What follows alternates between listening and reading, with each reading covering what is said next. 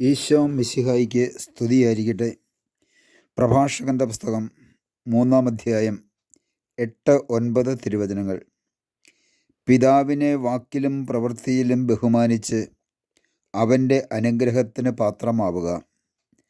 പിതാവിൻ്റെ അനുഗ്രഹം മക്കളുടെ ഭവനങ്ങളെ ബലവത്താക്കും. അമ്മയുടെ ശാപം അവരുടെ അടിത്തറ ഇളക്കും. മിശിഹായിൽ സ്നേഹം നിറഞ്ഞ സഹോദരങ്ങളെ, ദൈവത്തിൻ്റെ പരിശുദ്ധാത്മാവ് പ്രഭാഷകനിലൂടെ നമ്മോട് പറയുകയാണ്, പിതാവിനെ വാക്കിലും പ്രവൃത്തിയിലും ബഹുമാനിച്ച് അവൻ്റെ അനുഗ്രഹത്തിന് പാത്രമാകണമെന്ന്.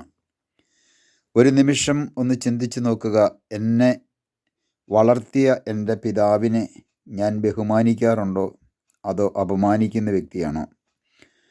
പിതാവിൻ്റെ അനുഗ്രഹത്തിന് ഞാൻ പാത്രമായിട്ടുണ്ടോ? തുടർന്ന് പറയുകയാണ്, പിതാവിൻ്റെ അനുഗ്രഹം മക്കളുടെ ഭവനങ്ങളെ ബലവത്താക്കും. അമ്മയുടെ ശാപം അവരുടെ അടിത്തറ ഇളക്കുമെന്ന്. എൻ്റെ ഭവനം ബലവത്തില്ലാതെ തകർന്നു കിടക്കുന്നുവെങ്കിൽ ഒരു പക്ഷേ പിതാവിൻ്റെ അനുഗ്രഹം ലഭിക്കാത്തത് കൊണ്ടാകാം. തുടർന്ന് പറയുകയാണ്, അമ്മയുടെ ശാപം അവരുടെ അടിത്തറ ഇളക്കുമെന്ന്. അമ്മയുടെ, മാതാപിതാക്കളുടെ ശാപം മേടിക്കേണ്ട ഗതികേട് നമ്മുടെ ജീവിതത്തിൽ ഉണ്ടായിട്ടുണ്ടോ?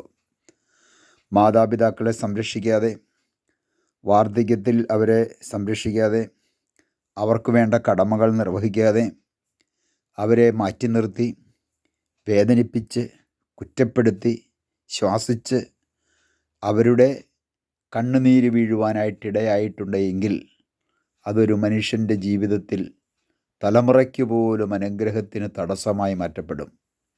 ഇന്ന് നമ്മുടെ സമൂഹത്തിൽ അനേകം കുടുംബങ്ങൾ തകരുന്നതിൻ്റെ അടിസ്ഥാനപരമായ കാരണം ഇതുതന്നെയല്ലേ?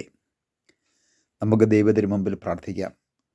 കർത്താവേ, ഞങ്ങളുടെ മാതാപിതാക്കളുടെ അനുഗ്രഹം ഞങ്ങളുടെ ഭവനത്തെ ബലവത്താക്കും.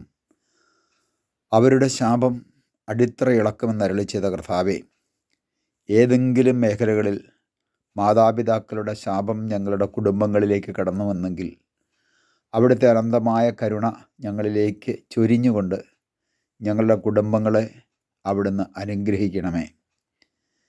പിതാവിൻ്റെയും പുത്രൻ്റെയും പരിശുദ്ധാത്മാവിൻ്റെയും നാമത്തിൽ ആമേൻ.